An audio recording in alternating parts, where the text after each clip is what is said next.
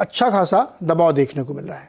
तीसरी तिमाही में जो एक्सटेंशन ने अपने रिजल्ट पेश किए वो रिजल्ट तो ठीक है, इनलाइन थे, एक्सपेक्टेशन मुताबिक थे, लेकिन गाइडेंस कमज़ोर कर दिया उन्होंने। डील बुक उनकी कमज़ोर होती हुई दिख रही है, मार्जिन पे इम्पैक्ट होता हुआ दिख रहा है, एम्प्लॉय कम किए जा रहे हैं, 6,000 निकाल दिए, अभी और निकालेंगे। तो ये जो पूरी तस्वीर बनी उसके बाद से इंडियन आईटी सेक्टर में भी एक प्रॉब्लम आती हुई दिख रही है। इसी पे हम जानना समझना चाहते हैं कि हमारे आईटी सेक्टर के लिए क्या क्या चैलेंजेस आ सकते हैं, क्योंकि रिजल्ट सीजन शुरू होने वाला है। हमारे साथ है एक्सिस सिक्योरिटीज़ के सीनियर आईटी एनालिस्ट ओंकार टंकसाले। ओंकार जी नमस्कार, बहुत बहुत स्वागत है आपका। ये जो आज एक बिग पिक्चर बनती हुई दिख रही है आईटी की, एक्सेंचर से शुरू हुई और हमारे यहाँ उसका एक ओवरहैंग बन गया है, क्या आपकी राय क्या बन रही है हमारे आईटी कंपनीज के लिए? जी डेफिनेटली एक्सेंचर की अगर मान लिया जाए तो एक बहुत सारा एक्सपेक्टेशंस के बीच में ही था। जो डिमांड साइड है नॉर्थ अमेरिकन साइड में वो से प्रेशर कंटिन्यू रहेगा आने वाले 2 क्वार्टर्स में। ये भी एक स्ट्रीट एक्सपेक्टेड कर रहा था, जो भी प्रेशर बरकरार आ रहा है।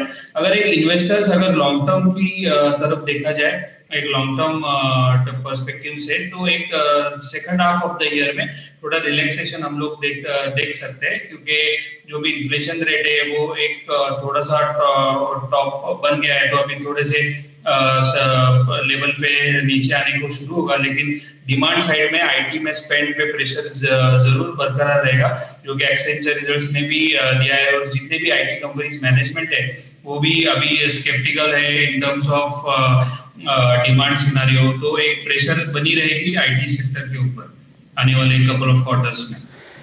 ओंकार, 2 चीज़ें हो रही, एक तो उनकी कमेंट्री से ऐसा लगता है कि यूएस की मैक्रो पिक्चर में प्रॉब्लम है और उसमें कुछ जगहों पे ऐसा है कि डील्स डिले हो सकती हैं, डिस्क्रिशनरी स्पेंडिंग कम हो सकती है, एआई की वजह से प्राइस रीनेगोशिएट लोग करना चाहते हैं।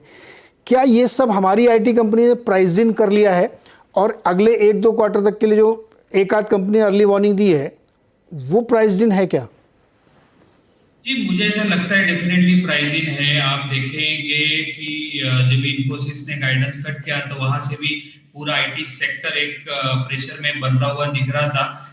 ये जो आउटलुक है वो आउटलुक पिछले मान लो 6 महीने से उसके ऊपर प्रेशर था, लेकिन एक्चुअली इम्पैक्ट एक लैग से आया 6 महीने के बाद, तो एक सडन फॉल आया। बीच में रिकवरी थोड़ा हुआ था, इसके लिए वो तो मुझे ऐसा लगता है कि एक प्राइसिंग हो चुका है प्राइसिंग में आके। लेकिन मुझे ऐसा नहीं लगता कि आगे जाके तुरंत उसको कोई भी पॉजिटिव न्यूज आएगी तो सडन रिएक्शन उसका पॉजिटिव में आएगा। तो क्या ओंकार, फिर जब हम लोग ये रिजल्ट देखेंगे इन कंपनियों के, तो आपको लगता है कि ये कंपनियां भी मैसिवली डाउनग्रेड करने वाली हैं अपने आप को, टारगेट्स कम करेंगी, अपने डील विंस के वगैरह बताएंगे हम लोगों को? डील्स को डेफिनेटली डाउनलोड कर सकते हैं। ये क्वार्टर में हम लोग थोड़ा सा टेपिड ग्रोथ एक्सपेक्ट कर सकते हैं, क्योंकि नॉर्थ अमेरिका में बहुत ज्यादा स्केप्टिकल्स है। आईटी डील विंस तो आई है, लेकिन डील विंस में थोड़ा सा डिले आ रहा है डिसीजन मेकिंग में, तो थोड़ा स्पेंडिंग कट्स दिखाई दे रहे हैं या फिर delay in spending, cautiously steps ले रहे हैं, तो उसका स्पेंडिंग में थोड़ा रहेगा। जितने भी ऑनगोइंग प्रोजेक्ट्स है दैट विल वो चलते रहेंगे, लेकिन जो नए प्रोजेक्ट में रैंप अप दिखने का, जो आफ्टर कोविड लेवल्स के बाद जो रैंप अप होते हुए दिख रहा था वो थोड़ा कम होते हुए दिख सकता है for the next 6 months at least. Okay Omkar, एक सवाल ये है कि जैसे हम अभी आपसे हमने पूछा तो आपने कहा कि डिले वगैरह, रीप्राइसिंग, स्पेंडिंग थोड़ी कम है, ये सारी चीज़ें डिस्काउंटेड है। क्या डील कैंसिलेशन डिस्काउंटेड है क्या? ये कॉन्टेक्स्ट ये है कि जब पिछली बार टीसीएस का रिजल्ट आया तो उन्होंने, या किसी कंपनी ने खुल के ऐसा नहीं बोला, कोई कह रहा था डिले हो रहा है, कोई कह रहा था कि हाँ थोड़ा रीथिंकिंग हो रही है, बट कैंसिलेशन किसी ने नहीं बोला था। क्या कैंसिलेशन डिस्काउंटेड है, या अगर ऐसा कोई सरप्राइज इस क्वार्टरली रिजल्ट्स में आते हैं तो वो बड़ा मैसिवली नेगेटिव हो जाएगा? अगर डील कैंसिलेशन आता है तो डेफिनेटली एक इम्पैक्ट आ सकता है 4 to 5% of the price range में। लेकिन आप एक्सेंचर के अगर रिजल्ट्स देखेंगे तो उसमें जो मैनेज सर्विसेज है which is 48% to the top line, उसने अच्छा किया एज कंपेयर्ड टू कंसल्टिंग। अभी देखो कि बहुत सारे बिजनेसेस है वो सिस्टम डिपेंडेंट हो गए, तो बहुत ज्यादा they can not curtail down the processes that actually being helping them to run the business.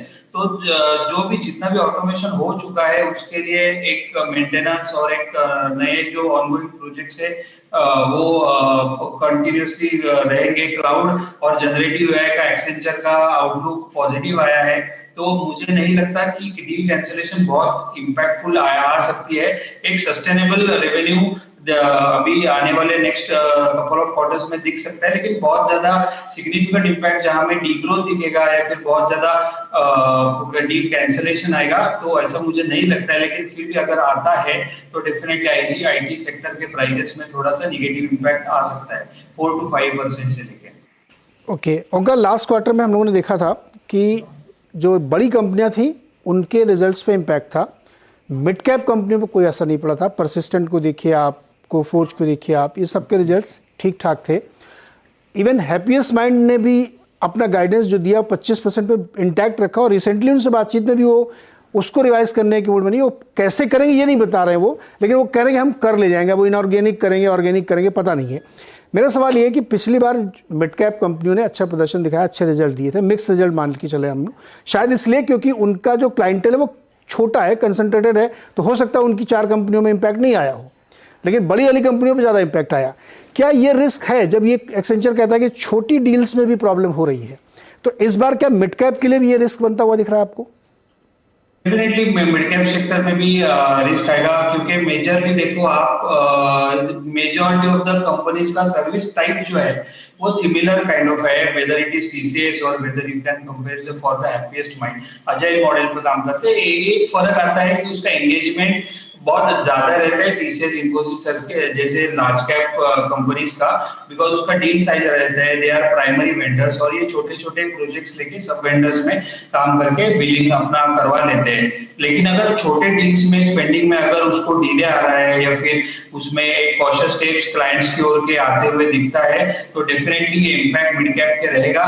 लेकिन जितना भी अभी तक कमेंट्री है, जितना भी मैनेजमेंट से कमेंट्री आया है, वो थोड़ा सा पॉजिटिव है as compare to large cap, because services sectors में जो ऑनगोइंग प्रोजेक्ट्स है उसका चर्निंग चलता रहेगा for the next couple of quarters. But definitely yes, अगर डिले आ रहा है छोटी छोटी प्रोजेक्ट्स में भी, तो डेफिनेटली मिड कैप्स में आएगा। लेकिन मेरा ऐसा मानना है कि बहुत ज्यादा इम्पैक्ट जितना आईटी सेक्टर के ऊपर आया है, लार्ज कैप आईटी सेक्टर में है, उतना नहीं आएगा मिड कैप सेक्टर्स में।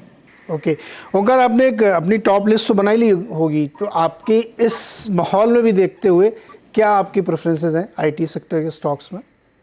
आईटी सेक्टर में अगर लार्ज कैप भी देखा जाए तो मेरा HCLTech is top pick, because of the year end उसका जो सेगमेंट है वो बहुत कम इम्पैक्ट हुआ है, और कंपनी ने गाइडेंस भी 6 to 8% का दिया है, जो मेरे हिसाब से अच्छा है as compare to Infosys and TCS.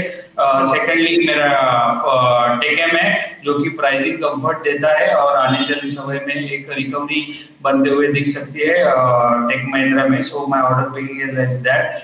Wipro में थोड़ा मैं स्केप्टिकल हूँ, बाकी इन्फोसिस और टीसीएस में एग्जीक्यूशन लेवल में अभी तक बहुत अच्छा किया है, और इनकी थोड़ा सा गाइडेंस कट करते हैं उसका भी, उसके बारे में मैं थोड़ा सा स्केप्टिकल बनते हुए दिख रहा है। अगर आप मिड कैप की बात करें तो परसिस्टेंट सिस्टम, कोफोर्ज और ATI Mindtree are my best picks among, and KPIT technologies again because of the year end sector that is they are working in. Okay, एक लास्ट छोटा सा क्वेश्चन है ओंकार कि कोफोर्ज के सुधीर सिंह जी अपनी सैलरी 5 की बजाय 10% बढ़ाना चाहते हैं, डबल। पढ़ा आपने खबर? कैसी लगी खबर आपको ये?